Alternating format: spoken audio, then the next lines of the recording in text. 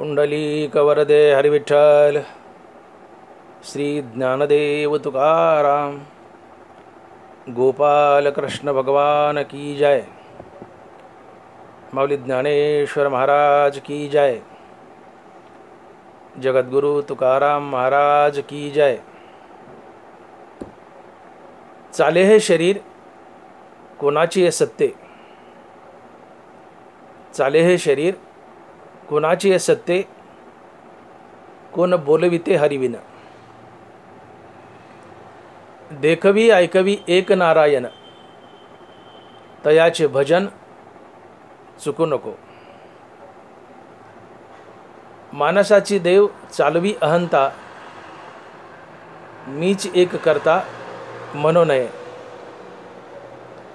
देखवी ऐकवी एक नारायण, तयाचे भजन चुकू नको। वृक्षाची ही पाने, हाले त्याची सत्ता, राहिली अहंता मग कुठे। तुका म्हणे विठो भरला सबाह्य, तुका म्हणे विठो भरला सबाह्य, उणे काय आहे चराचरी। देखवी ऐकवी एक नारायण, तयाचे भजन चुकू नको। प्रस्तुत कीर्तनरूपी सेवेसाठी निवडलेला अभंग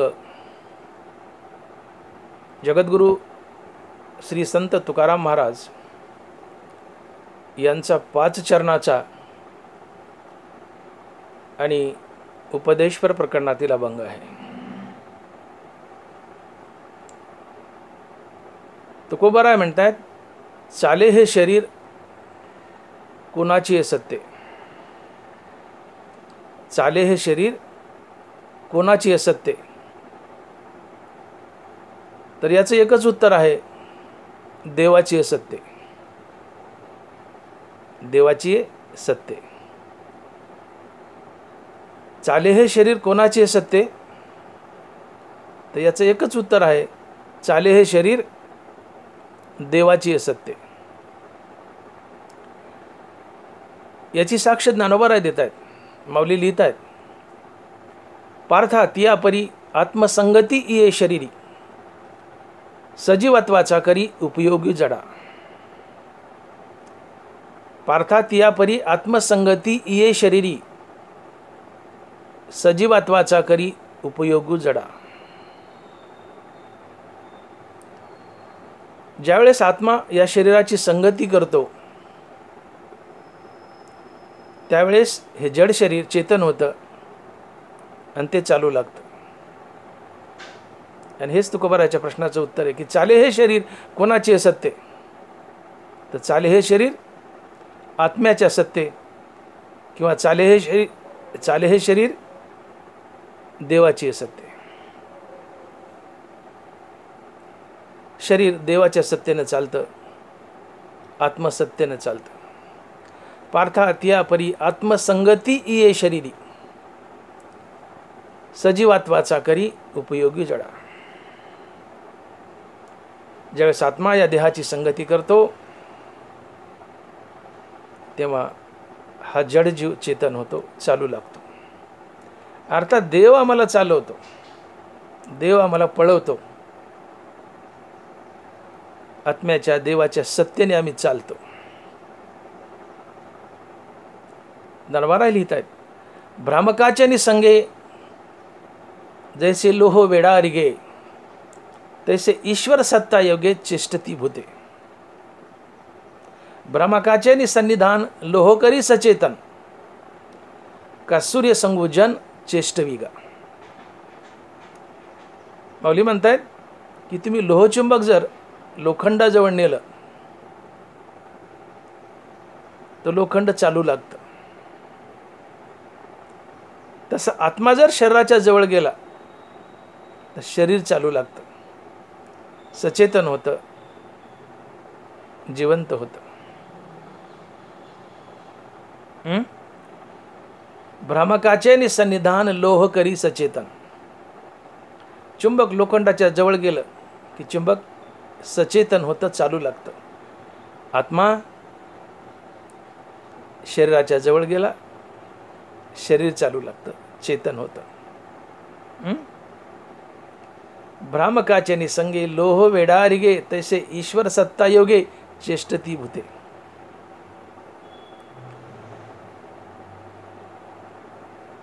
लोहचुंबकानं लोखंड जसं चालतं तसं ईश्वराच्या सत्तेने देह चालतो. आणि मग तुकोबाराय अभंगाच्या पहिल्या चरणात जे बोलतायत की चाले हे शरीर कोणाचे सत्य, त्याचं स्पष्ट उत्तर आहे चाले हे शरीर ईश्वराच्या सत्य, किंवा चाले हे शरीर आत्म्याच्या सत्य, किंवा चाले हे शरीर देवाचे सत्य. एकाच अर्थाचे शब्द आहेत सगळे. तात्पर्य शरीर आत्म्याच्या सत्तेने चालतं. आत्मा जेव्हा शरीराची संगती करतो, प्रकृतीची संगती करतो, तेव्हा हीच प्रकृती अर्थात शरीर जडाचं चेतन बनतं आणि ते चालू लागतं. देह आत्म्याच्या संगतीने चालतो. प्राणीमात्राचा कोणताही प्राणी असो, सगळ्या प्राणीमात्राचे देह आत्मसत्तेने चालतात. चाले हे शरीर कोणाचे सत्य, ते शरीर आत्म्याच्या सत्तेने चालतं. शरीरावर आत्म्याची सत्ता आहे.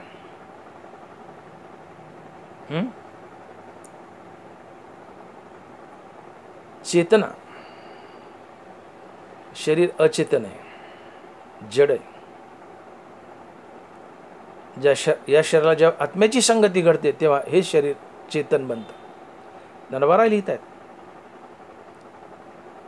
असंग साक्षीभूता देही चैतन्याची सत्ता, ती ये नाव पंडुसुता चेतना येत. ही चेतना हा जीव काय आहे? असंगा साक्षीभूता देही चैतन्याची सत्ता, तया नाव पंडुसुता चेतना येत. चेतना म्हणजे जीव, चेतना म्हणजे सजीवपणा. हा असंग, हा साक्षीभूत असलेला परमात्मा जेव्हा देहाच्या संगतीत जातो तेव्हा हा जड जीव चेतन होतो, चालू लागतो. चाले हे शरीर कोणाचे सत्य, तर आत्म्याचे सत्य. असंग साक्षीभूता देही चैतन्याची सत्ता, तया नाव पंडुसुता चेतना येत. आत्मा प्रकृतीच्या देहाच्या संगतीत गेला की हा देह जड आहे, तो चेतन बनतो. आणि चेतना कशी नांदते शरीरात? माऊली लिहित आहेत की नखो निकेश्वरी उभी जागे शरीरी, तिन्ही अवस्थांतरी पालटेना. नखो निकेश्वरी उभी जागे शरीरी, नखापासून तर केसापर्यंत उभी जागी असते ही चेतना आणि देहाला जीवन ठेवते. पण आगवा ही देहपुरी आहे निजलियाचे परी, जे व्यापारू करवी ना करी मनोनिया. आत्मा शरीरात अपाद मस्तक पोहोडलेला आहे. तो कुठं एका जागेवर केंद्रित नसतो की फक्त हृदयातच आत्मा आहे. जसं ज्ञानोबा म्हणतात की तशा हृदया माझी मी रामो, असता सर्व सुखाचा आरामो, की भ्रांताशी कामो विषयावरी. हृदयात राम पूर्ण ताकदीने तर आहेच, पण हा राम ही आत्मसत्ता फक्त हृदयातच आहे असं नाहीये. अपाद मस्तक पूर्ण शरीर व्यापून आहे. ज्ञानोबा लिहित आहेत, पण आगवा इही देहपुरी आहे निजलियाचे परी, जे व्यापारू करवी ना करी मनोनिया. आत्मा पूर्ण शरीर व्यापून आहे. नखो निकेश्वरी उभी जागे शरीरी. काय शब्द ज्ञानोबाचे आहे का? नखो निकेश्वरी उभी जागे शरीरी. पूर्ण शरीरात उभी जागी असते आणि कुठल्याही अवस्थेत ती पालटत नाही, शरीराला सोडत नाही. जागृती, स्वप्न, सुषुप्ती कुठल्याच अवस्थेत शरीराला सोडत नाही. नखो निकेश्वरी उभी जागे शरीरी, तिन्ही अवस्थांतरी पालटेना. कुठल्याच अवस्थेत ही आत्मसंगती शरीराला सोडत नाही आणि आत्मसंगती पूर्ण शरीर व्यापून आहे. आणि हीच आत्मसंगती जड जीवाला, जड शरीराला, जीव चेतनच आहे पण जड शरीराला ही आत्मसंगती चेतन करते.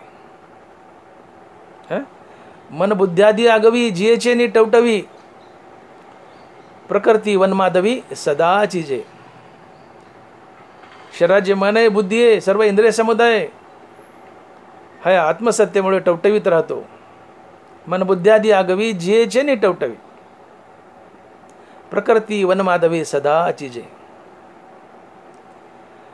वसंत ऋतू आला की जशी झाडाला टवटवी येते, पालवी फुटते आणि टवटवी येते, तसं आत्मसत्याने शरीरातील सर्व अवयव, मन बुद्धी वगैरे सगळे टवटवीत राहतात. मन बुद्ध्यादी आगवी जियेचे नि टवटवी. तात्पर्य, या देहावर आत्म्याची सत्ता आहे. आत्मा या देहाला जिवंत ठेवतो. भगवंत बोलले 10व्या अध्यायात की इंद्रिया माझी 11वे ते मन मी जाणावे, भूता माझी स्वभावे चेतनाने. आपली विभूती सांगताना भगवंत म्हणतात की 11 इंद्रिय आहेत, 10 इंद्रिय आहेत, त्यात मन बी एक इंद्रिय 11. हे 11 इंद्रियात मन मी आहे, मन देव आहे, चेतना देव आहे. भूता माझी स्वभावे चेतना मी. चेतना हा आत्मा आहे, चेतना हा भगवान कृष्ण आहे. आणि हा भगवान कृष्णच या चेतनेच्या आत्म्याच्या रूपानं तुमच्या आमच्या शरीरात अपादमस्तक पहुडलाय आणि आमच्या शरीराला चालवतोय.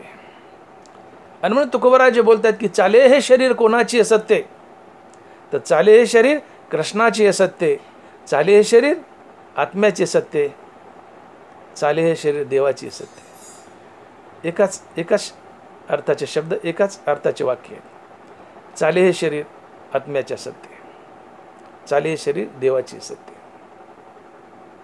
चाले हे शरीर कोणाचे सत्य, तर चाले हे शरीर देवाचे सत्य, चाले हे शरीर आत्म्याचे सत्य. याचा अर्थ तुमचं आमचं शरीर जड आहे पण याच्यात जीव येतो आत्मसत्याने. चुंबक लोखंडाच्या जवळ नेलं, लोखंड चालू लागतं. आत्मा शरीराच्या जवळ गेला, शरीर चालू लागतं, सचेतन बनतं, जिवंत बनतं. तात्पर्य, शरीर चालतं ते आत्मसत्याने, शरीर जिवंत आहे ते आत्मसत्याने. आणि म्हणून तुकोबाराच्या प्रश्नाचं उत्तर हे आहे की चाले हे शरीर कोणाचे सत्य, तर चाले हे शरीर आत्म्याचे सत्य, अर्थात देवाचे सत्य. मग ही आत्मसत्ता आहे, जी चेतना आहे, ही शरीरात कशी नांदते?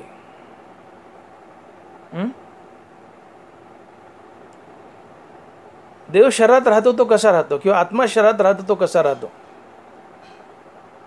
हे चैतन्य शरीरात कसं राहतं?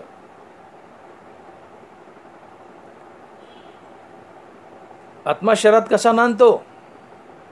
ज्ञानोबा लिहित आहेत, तैसा आत्मा देही आथी मनिपे जे काही, हे साचे तरी नाही तो जितीचा तेत.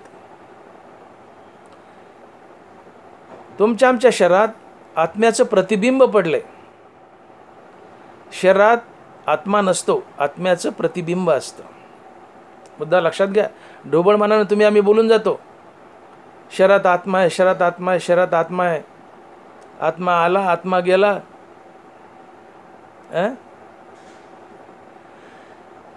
आत्मा कुठं जाते नाही आणि येतं नाही. तो अचळ आहे, तो स्थिर आहे, विश्वव्यापी आहे. तो आपली जागा सोडत नाही. आत्मा एक आहे, नित्य आहे, विश्वव्यापी आहे, अचल आहे, स्थिर आहे. तो कुठं जात नाही, कुठं येत नाही, आपली जागा सोडत नाही. आत्म्याचे तुकडे नसतात. आत्मा शरीरात नसतोच, मग आत्म्याचं प्रतिबिंब शरीरात असतं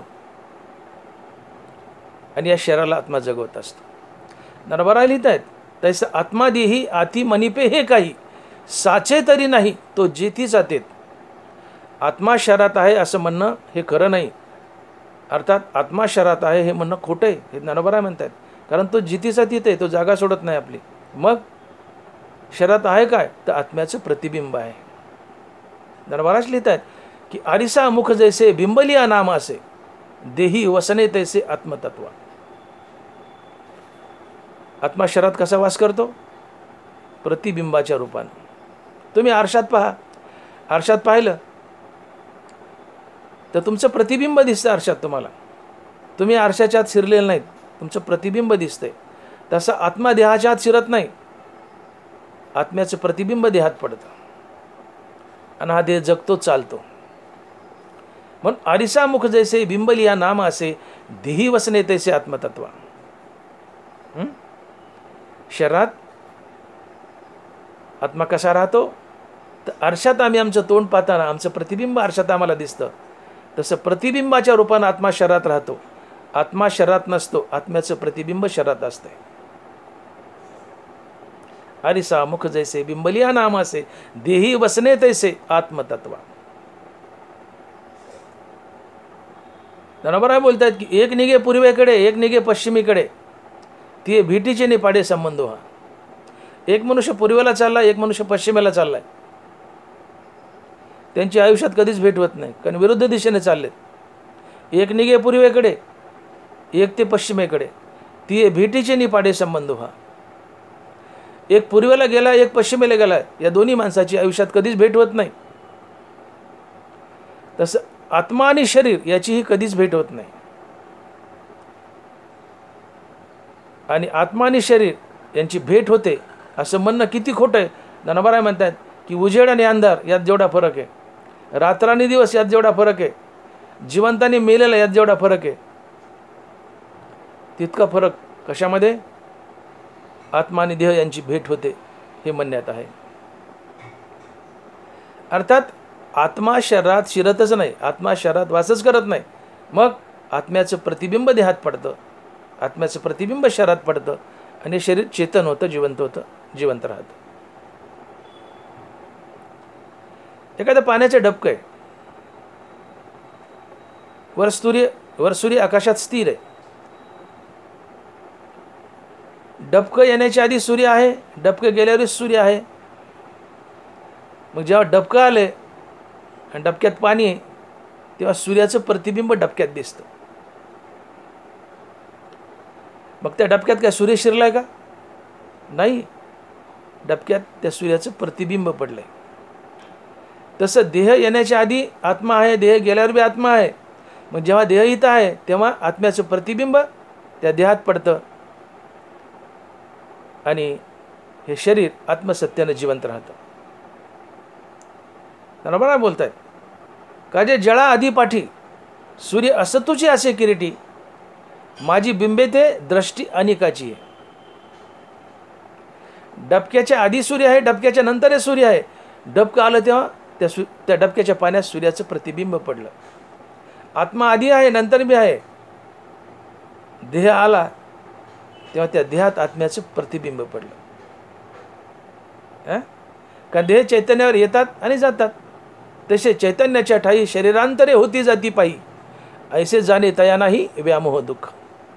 चैतन्यावर शरीर येतात आणि जातात. ज्यावेळेस या चैतन्यावर शरीर येईल तेव्हा या चैतन्याचं या शरीरात प्रतिबिंब पडतं आणि शरीर जिवंत असतं. या शरीरात आत्मा शिरत नाही. शरीरात आत्मा शिरतो हे बोलणं किती खोटं आहे. की एक पूर्वेला गेलाय माणूस, एक पश्चिमेला गेलाय, या दोघांची भेट झाली, हे बोलणं जेवढं खोटं आहे तितकं ते खोटं आहे. काय? शरीरात आत्मा वास करतो हे बोलणं तितकं खोटं आहे. मग शरीरात काय वास करतं? आत्म्याचं प्रतिबिंब वास करतं, आत्मा नाही. बरोबर साक्षात येतात. तैसा आत्मादिही आथी मनिपे हे काही, हे साचे तरी नाही तो जितीचा ते. शरीरात आत्मा आहे हे बोलणं खोटं आहे, हे खरं नाही, हे खोटं आहे. शरीरात आत्मा आहे हे बोलणं खोटं आहे. मग शरीरात आत्म्याचं प्रतिबिंब आहे, आत्मा नाही. ना डरेची भरे शोषे, सूर्य जेत तेत तैसाची असे. यमविद जीवलोकी तू माते ऐसा अवलोकी, यमविद जीवलोकी तू माते ऐसा अवलोकी, जैसा चंद्रू का उदकी उदकातीत. रात्रीला चांदणं पडलंय, पाण्यात चंद्राचं प्रतिबिंब पडलंय. मग काय चंद्र पाण्यात शिरलाय का? नाही. चंद्र त्याच्या जागी आकाशात स्थिर आहे. त्याचं प्रतिबिंब पाण्यात आहे.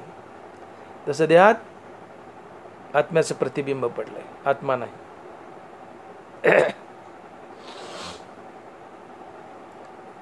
ज्ञानोबांनी अतिशय सुंदर दृष्टांत सिद्धांत मांडले या आत्म्याबद्दल, की आत्म्याची सत्ता देहात कशी वास करते. आत्मा नेमका राहतो कुठे? शरीरामध्ये.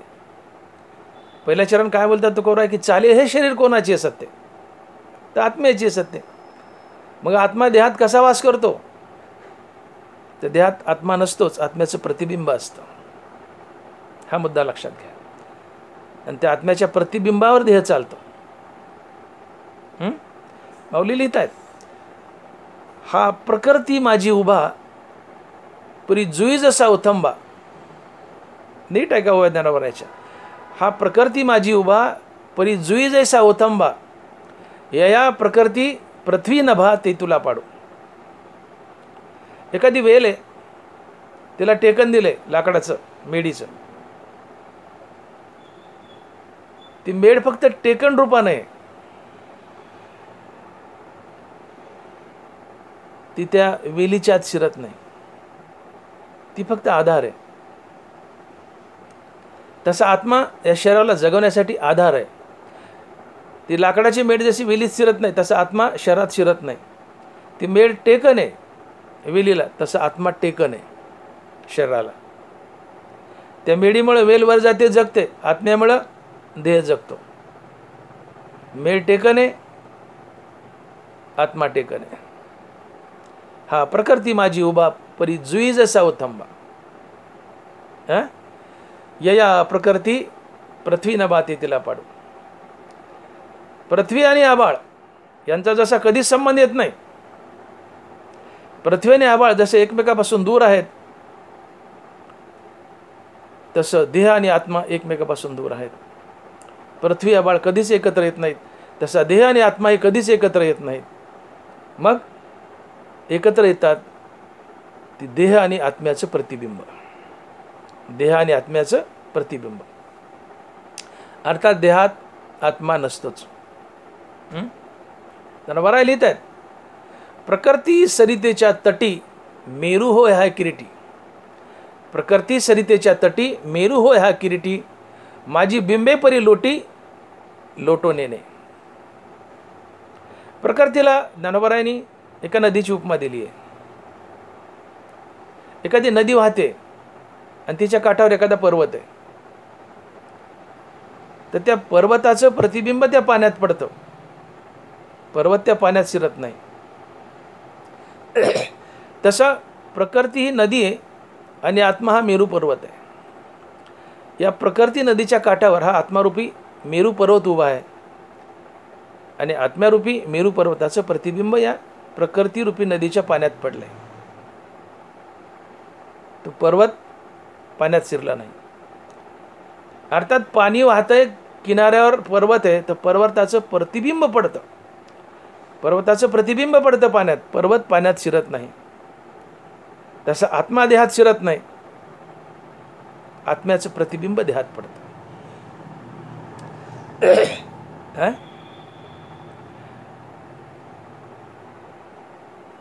प्रकृती येते जाते, कार्य करते भोगते, हे गुणधर्म प्रकृतीचे आहेत. आत्मा फक्त आधार आहे जीवन ठेवण्यासाठी. असंग आहे, साक्षीभूत आहे. आत्मा संगती करत नाही प्रकृतीची. असंगा साक्षीभूता, ज्ञानोबाराचे शब्द आहे का, असंगा साक्षीभूता दिही चैतन्याची सत्ता. आत्मा असंग आहे, साक्षीभूत आहे. तो प्रकृतीला काही कर म्हणत नाही आणि स्वतः काही करत नाही. प्रकृती स्वतः करते. प्रकृती येणे जिये याची या सत्ता जगविये. प्रकृती आत्म्यामुळे जगते आणि आत्म्याच्या सत्तेने जगाला जन्माला घालते. दरबारा लिहित आहेत, नीट आहे का. प्रकृती येणे जिये याची या सत्ता जगविये.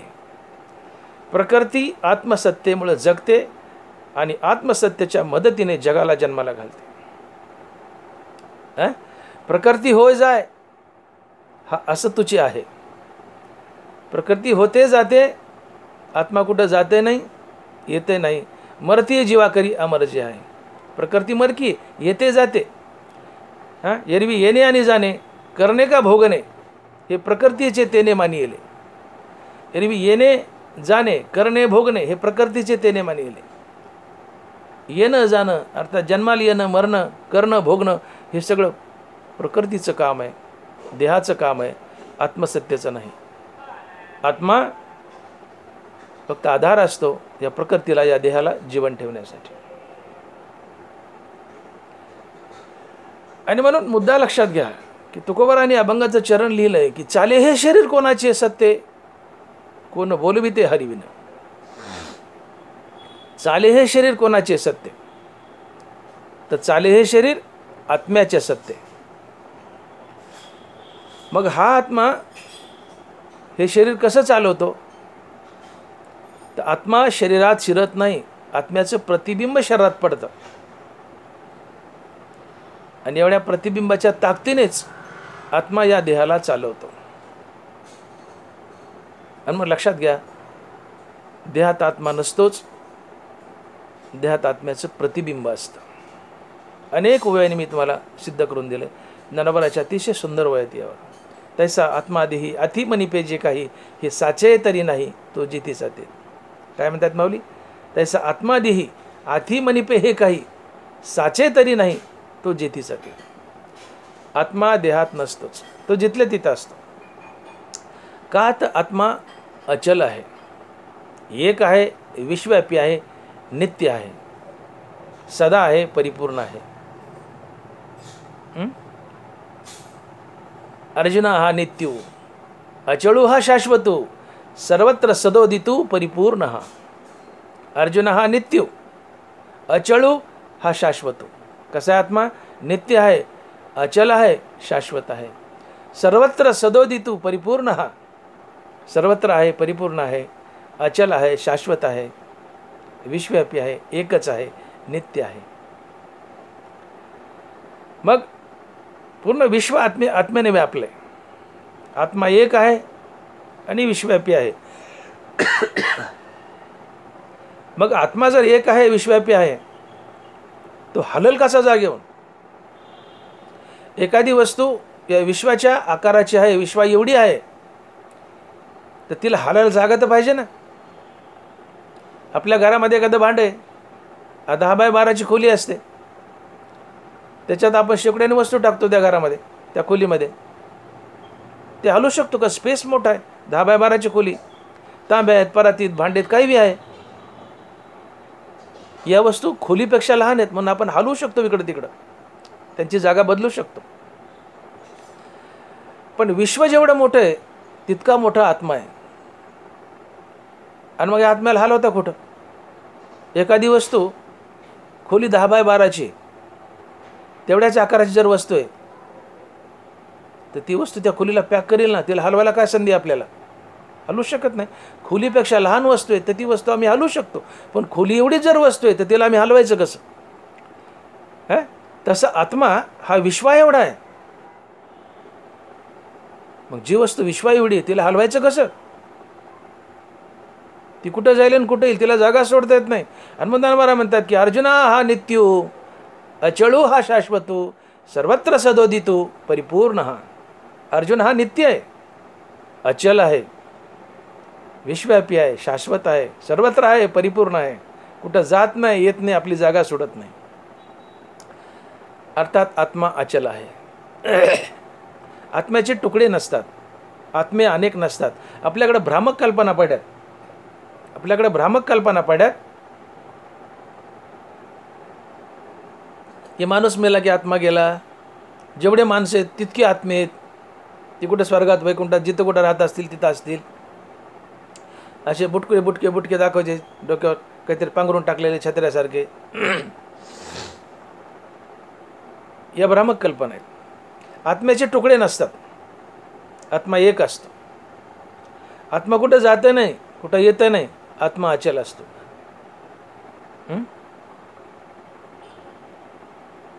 आत्मा अचल आहे.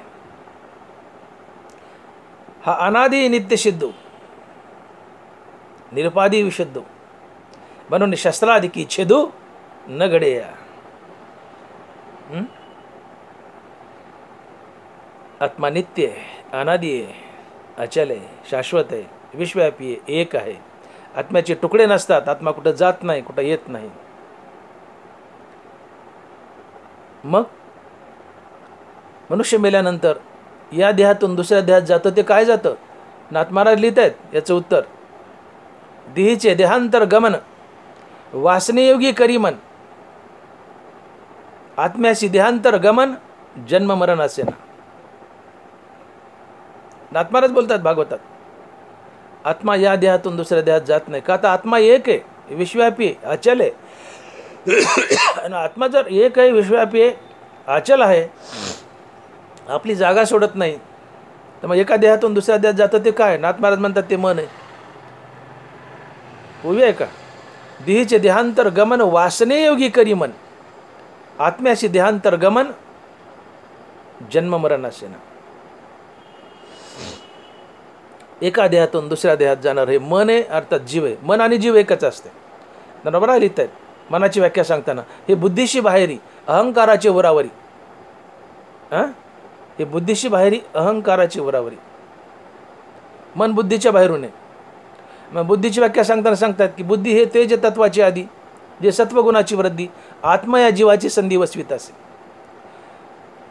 बुद्धीच्या बाहेरून मन आहे हे कवीत म्हणतात. आणि दुसऱ्या वेळी उत्तर देत आहेत की बुद्धीच्या बाहेरून जीव आहे. का? तर बुद्धी जीव आणि आत्म्याच्या सांध्यात बसली. मग बुद्धीच्या बाहेरून मन आहे, बुद्धीच्या बाहेरून जीव आहे, म्हणजे जीव म्हणजेच मन. आणि मग या मनाची किंवा जीवाची आत्मा संगती करतो, तो जीवात्मा बनतो, ते प्रतिबिंबाच्या रूपात. का? तर आत्मा अचल आहे, आत्मा जात नाही, आत्मा येत नाही. आत्मा संगती करतो जीवाची मनाची, पण प्रतिबिंबाच्या रूपात. आत्मा आपली जागा सोडत नाही, कारण तो अचल आहे, शाश्वत आहे, विश्वव्यापी आहे. अर्जुन हा नित्यू, अचलू हा शाश्वत. अचळू हा शाश्वत. आत्मा अचल आहे, अचळ आहे. म्हणून मनुष्य मेल्यानंतर एका देहातून दुसऱ्या देहात गमन करणारं हा जीव आहे, हा मन आहे. आणि त्याची संगती आत्म्याचं प्रतिबिंब करतं, आत्मा नाही. कारण आत्मा अचल आहे, एक आहे, विश्वव्यापी, तो आपली जागा सोडत नाही. धनबारा लिहितात की मनषष्टा या इंद्रिया ते धनंजया देहराजूने देहापासून गेला. हा देहराज आत्मा आहे. ज्यावेळेस मनुष्य मरतो त्यावेळेस हा देहराज आत्मा अर्थात त्याचं प्रतिबिंब 5 ज्ञानेंद्रिय, 5 कर्मेंद्रिय आणि 11 इंद्रिय मन आपल्यासोबत घेऊन जातो. आणि मग येत आता स्वर्गी तिथं तैसेची अपंगी मनाधिक. इथे किंवा स्वर्गात जिथं कुठं तुम्हाला जन्म मिळेल तसा हा देहाचा पसारा मांडतो. तात्पर्य एकंदरीत बोलण्यातून मला सांगायचे की शरीर आत्म्याच्या सत्तेने चालते. हा आत्मा शरीरात वास करतो, परंतु प्रतिबिंबाच्या रूपानं. स्वतः आत्मा शरीरात शिरत नाही. आत्म्याचं प्रतिबिंब शरीरात पडतं आणि प्रतिबिंब देहाला चालवतं. चाले हे शरीर कोणाचे रूप आहे, चाले हे शरीर कोणाच्या सत्ते, तर आत्म्याच्या प्रतिबिंबाच्या सत्ते असं म्हणलं तरी चालते. चाले हे शरीर आत्म्याच्या सत्ते म्हणण्यापेक्षा चाले हे शरीर आत्म्याच्या प्रतिबिंबाच्या सत्ते. तुम्ही मला सांगा मनुष्याचा देह कसा तयार होतो? आम्ही जीवाचे डॉक्टर आहेत. तुम्ही आमच्या एखाद्या डॉक्टरला विचारा की माणसाचा जीव कसा तयार होतो. त्या डॉक्टरचा जीव गेला तरी माणसाचा जीव कसा तयार होतो त्या डॉक्टरला सांगता यायचं नाही. आम्ही जीवाचे डॉक्टर आहेत. मी डॉक्टर आहे, डॉक्टर भागवत मोठे, नेत्रतज्ञ, MBBS MS नेत्रतज्ञ. आम्हाला डॉक्टर लोकांना विचारा की जीव कसा तयार होतो. आमच्या एक एम्ब्रियोलॉजी नावाचं पुस्तक असतं आम्हाला की बाळ गर्भात कसं कसं वाढतं. मोठं पुस्तक आहे इंदरवर सिंगचं. त्यात सगळं दिलं की बाळ कसं कसं वाढत जातं, त्याची ग्रोथ कशी होते गर्भात, ते शरीर, त्याला फुटलेल्या फनगड्या, ह्या वेसल इंद्रिय जे काय समजा शरीर टिपटॉप कसं तयार होतं, शरीर कसं तयार होतं गर्भात, याचा डिटेल अभ्यास आहे. पण त्यात जीव कसा येतो आणि त्यातून जीव कसा निघून जातो याचंच वर्णन नाही आहे. म्हणून मी बोललो की एखाद्या डॉक्टरला जर विचारलं की माणसाचा जीव कसा तयार होतो, तर त्या डॉक्टरचा जीव गेला तर त्या डॉक्टरला सांगता यायचं नाही की माणसाचा जीव कसा तयार होतो, कारण याचं उत्तर वैद्यकीय शास्त्रात नाही, याचं उत्तर आहे ज्ञानेश्वरीत. ज्ञानोबराय लिहित आहेत, वाया मन हे नाव एरवी कल्पनाची सावेव, जयाचे निसंगे जीव दशा वस्तू. वाया मन हे नाव, मन हे काल्पनिक आहे, वयाची फरारी वाव झाली, निळिमा अंबरिका मृगतृष्णा लहरी. मनाची व्याख्या सांगताना ज्ञानोबराय लिहित आहेत की निळिमा अंबरिका मृगतृष्णा लहरी, वयाची फरारी वाव झाली. मन नावाची गोष्ट शरीरात नाही आहे. शरीराचं डिसेक्शन केलं तर मन सापडत नाही. तुम्ही शरीराचं डिसेक्शन करा, हृदयात बघा, मेंदूत बघा, मनाचा सेंटर सापडत नाही. ते काल्पनिक आहे, पण त्याची सत्ता देहावर आहे. सगळा खेळ मनाचा आहे. हेच नाचवते माणसाला. हे काल्पनिक आहे का, तर मन हा देव आहे. मी बोललो ना की इंद्रिया माझी 11, ते मन मी जाणावे, भूता माझी स्वभावे चेतनामी. भगवान कृष्ण बोलतात की 11 इंद्रियात मन, हे मन मी आहे. मन कृष्ण आहे आणि कृष्ण अदृश्य आहे, निर्गुण निराकार आहे. सगुण साकार झाला आहे पांडुरंगाच्या रूपात, पण खरा कृष्ण निर्गुण निराकार आहे, विश्वव्यापी आहे. आणि मन जर कृष्ण आहे तर मन हे निर्गुण निराकार आहे, गुप्त आहे, अगोचर आहे, ते दिसत नाही. आणि म्हणून मन शरीर व्यापून आहे. ते शरीरात आहे पण दिसत नाही, सापडत नाही. का, तर मन देव आहे, मन भगवंत आहे, मन कृष्ण आहे. कृष्ण दिसत नाही, मन दिसत नाही. आणि मग जीव कसा तयार होतो. ज्ञानोबराय लिहितात की वाया मन हे नाव एरवी कल्पनाची सावे, जयाचे निसंगे जीव दशा वस्तू. वस्तू म्हणजे ब्रह्म अर्थात परमात्मा. परमात्मा मनाच्या संगतीत गेला की परमात्मा जीव बनतो. ज्ञानोबराय जीव कसा तयार होतो याची व्याख्या सांगतात. परमात्मा मनाच्या संगतीत गेला की मनच जीव बनतं. या मनाच्या आत अहंकार वास करतो.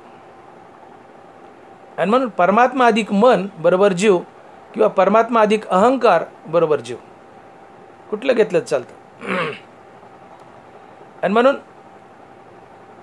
परमात्मा अहंकारात जाऊन मिसळला की परमात्माच जीव बनतो. आणि या परमात्म्यातून अहंकार गाळून टाकला रामनामानं, तर तुमच्या हृदयात फक्त परमात्मा उरतो आणि तुम्हीच परमात्मा बनता. वेगळा परमात्मा प्राप्त करण्याची गरज नसते, कारण तुम्ही देवच आहात.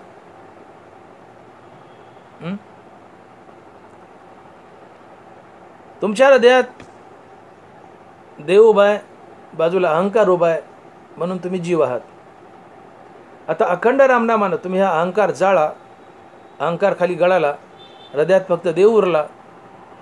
हृदयात फक्त देव उरणं म्हणजे तुम्हीच देव होणं. वेगळा देव प्राप्त करण्याची गरज नाही. अखंड रामनामानं हृदयातला अहंकार गाळून टाकला, जाळून टाकला की हृदयात फक्त देव उरतो. तुम्हीच संत बनता, तुम्हीच देव बनता, कारण देव आणि संत एकच असतात. देव ते संत, देव ते संत, निमित्त त्या प्रतिमा. संत ते प्रत्यक्ष पुरुषोत्तम, ते चालते बोलते परब्रह्म.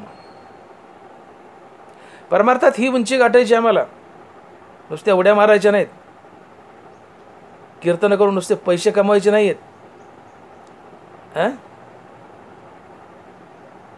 परमार्थात काय उंची गाठायची. परमार्थ म्हणजे तरी काय, नको ते घालवणं म्हणजे परमार्थ. हे नको काय, ते अहंकार आणि विषय वाचणं. तुम्ही देवच आहात पण बट्टेबाज देव आहात. तुम्ही पांडुरंगाच आहात पण बट्टेबाज पांडुरंग आहात. कारण पांडुरंग अहंकारात मिसळलाय, पांडुरंग अहंकारात मिसळलाय, म्हणून पांडुरंग देव झालाय. पांडुरंग जीव झालाय. पांडुरंग अहंकारात मिसळलाय म्हणून पांडुरंग जीव झालाय. अर्थात तुम्ही आम्ही झालाय. हे तुम्ही आम्ही पांडुरंग आहेत. तुकोबारा साक्ष देतात, महाराज लिहितात की धरिली सोंगे येणे अवघी पांडुरंगे. धरिली सोंगे येणे अवघी पांडुरंगे. या जगातील प्रत्येक वस्तू म्हणजे पांडुरंगानं धरलेलं सोंग आहे. हे तुम्ही आम्ही दिसतो ना. तेव्हा आम्ही प्रत्येक जण पांडुरंग आहोत, पण बट्टेबाज पांडुरंग आहोत. का? तर आमच्या हृदयात पांडुरंग उभा आहे, पांडुरंगाच्या बाजूला अहंकार उभा आहे, म्हणून आम्ही जीव आहोत. अखंड रामनामानं हा अहंकार जाळला, अहंकार हृदयातून शरीरातून निघून जातो, खाली फक्त पांडुरंग राहतो हृदयात, आणि आम्हीच पांडुरंग बनतो. वेगळा पांडुरंग प्राप्त करायची गरज नसते. तुकोबाराय बोलले, देव पाहावयाशी गेलो आणि देवाची होऊन ठेवलो. आधी होता संत संग, तुका झालाच आहे पांडुरंग.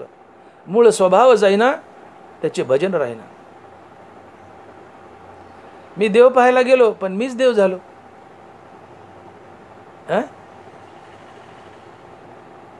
अहंकार जाळला रामनामानं की खाली फक्त देव उरतो आणि तुम्हीच देव बनता. म्हणून जीव जो तयार होतो आमचा, चाले हे शरीर कोणाचे सत्य, आमचा जीव जो तयार होतो तो कसा तयार होतो? परमात्मा मनात जाऊन मिसळला किंवा परमात्मा अहंकारात जाऊन मिसळला की परमात्मा जीव बनतो. विचारसागर सुद्धा हीच व्याख्या सांगतो जीवाची. विचारसागरात काय व्याख्या दिली जीवाची? विचारसागर म्हणतो, जीव म्हणजे कुटस्थ चैतन्य अधिक अंतकरण, अधिक अंतकरणात पडलेले चैतन्याचे प्रतिबिंब. बरोबर, जीव. कुटस्थ चैतन्य अधिक अंतकरण, अधिक अंतकरणात पडलेलं चैतन्याचं प्रतिबिंब म्हणजे जीव. त्या तीन गोष्टीला म्हणून जीव म्हणतात.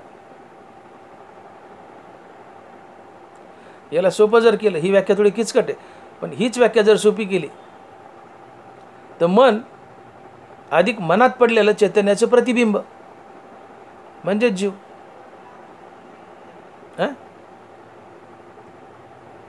अलग लक्षात. आणि मग ज्ञानोबा लिहित आहेत या जीवाबद्दल लिहिताना ज्ञानोबा लिहित आहेत की हा परमात्माची परी दुसरा, अहंकार निद्रा निदसुरा, स्वप्नीचे वर भरा संतोषशीने. नीट ऐका हवी. हा परमात्माची परी दुसरा, अहंकार निद्रा निदसुरा, स्वप्नीचे वर भरा संतोषशीने. हा जो जीव आहे हा परमात्माच आहे, पण हा जीव जो परमात्मा आहे तो अहंकारात बद्ध झालाय, अहंकाराच्या झोपेत घोरतोय, म्हणून तो जीव आहे. हा जीव परमात्माचा आहे, पण अहंकारात बद्ध झाल्यामुळं तो जीव झालाय. या जीवातून अहंकार गाळला रामनामानं की हा जीव देवच आहे, देवच आहे. हा परमात्माची परी दुसरा, अहंकार निद्रा निदसुरा, स्वप्नीचे वरभरा संतोषशीने. आणि म्हणून परमात्मा अधिक मन बरोबर जीव, परमात्मा वजा मन बरोबर परमात्मा, किंवा परमात्मा अधिक अहंकार बरोबर जीव, आणि परमात्मा वजा अहंकार बरोबर परमात्मा. अर्थात परमात्मा अधिक अहंकार बरोबर जीव, परमात्मा वजा अहंकार बरोबर परमात्मा. अर्थात परमात्म्यातून हृदयात, मी बोललो की हृदयात परमात्मा आहे, बाजूला अहंकार आहे. अखंड रामनामानं हा अहंकार जाळला, अहंकार संपला, खाली फक्त परमात्माच उरतो, तुम्हीच परमात्मा बनता. वेगळा परमात्मा प्राप्त करण्याची गरज नसते. पण परमात्मा वजा अहंकार बरोबर परमात्मा, परमात्मा अधिक अहंकार बरोबर जीव, परमात्मा वजा अहंकार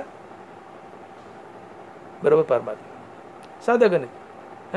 देव अर्थात अहंकार, देव अधिक अहंकार, देव अधिक अहंकार बरोबर जीव, देव वजा अहंकार बरोबर देव. देवातून अहंकार गाळायचा, तुम्हीच देव बनता. हृदयात देव आहे, अहंकार आहे, यातून अहंकार गाळा, खाली देव राहतो, तुम्हीच देव बनता. जीव येणे नावे अळविजे जय स्वभावे, ते अधिदैव जाणावे पंचायतनीचे. अधिदैव अधिभूत तेही मी चिकीर समस्त, परी पंधरे किडाळा मिळत काय साके नव्हे.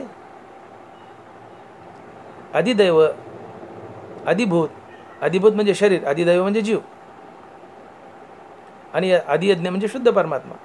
तर नरबरा बोलतात की अधिदैव अधिभूत तेही मी चिकीर समस्त, परी पंधरे किडाळा मिळत काय साके नव्हे. शुद्ध सोन्यात बट्टा घातला,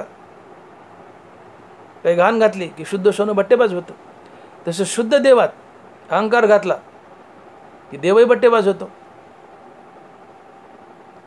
आदिदैवादिभूत तेही मीच कीर समज. हा देह आणि देहाच्या आत असलेला जीव हा मीच आहे, देवच आहे. पण या देहात अहंकार मिसळला म्हणून हा देव बट्टेबाज झाला. जसं सोन्यात काही किडाळ घातलं की सोने बट्टेबाज होतं, देवात अहंकार घातला की देव बट्टेबाज होतं. सोनं जाळात घाला बट्टा जळून जातो. रामनामानं अहंकार जाळा, अहंकार जाळा खाली देव उरतो, तुम्हीच देव बनता. वेगळा देव प्राप्त करण्याची गरज नसते. आणि म्हणून परमात्मा अधिक मन बरोबर जीव,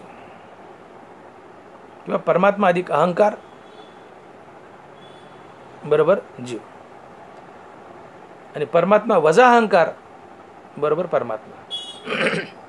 आणि म्हणून मोक्षाची व्याख्या करताना या तिन्ही महासंतांनी एकच व्याख्या केली. लक्षात घ्या, परमात्मा अधिक अहंकार बरोबर जीव, परमात्मा वजा अहंकार बरोबर परमात्मा. आणि म्हणून अहंकार जाणं हाच मोक्ष आहे. म्हणून तुकोबाराय म्हणतात की अहंकार गेला तुका म्हणे देव झाला. अहंकार जाणं हाच मोक्ष आहे. अहंकार जाणं हाच मोक्ष आहे. अहंकार गेला तुका म्हणे देव झाला, तुकोबारायांनी केलेली व्याख्या मोक्षाची. नाथ महाराज हीच व्याख्या करतात.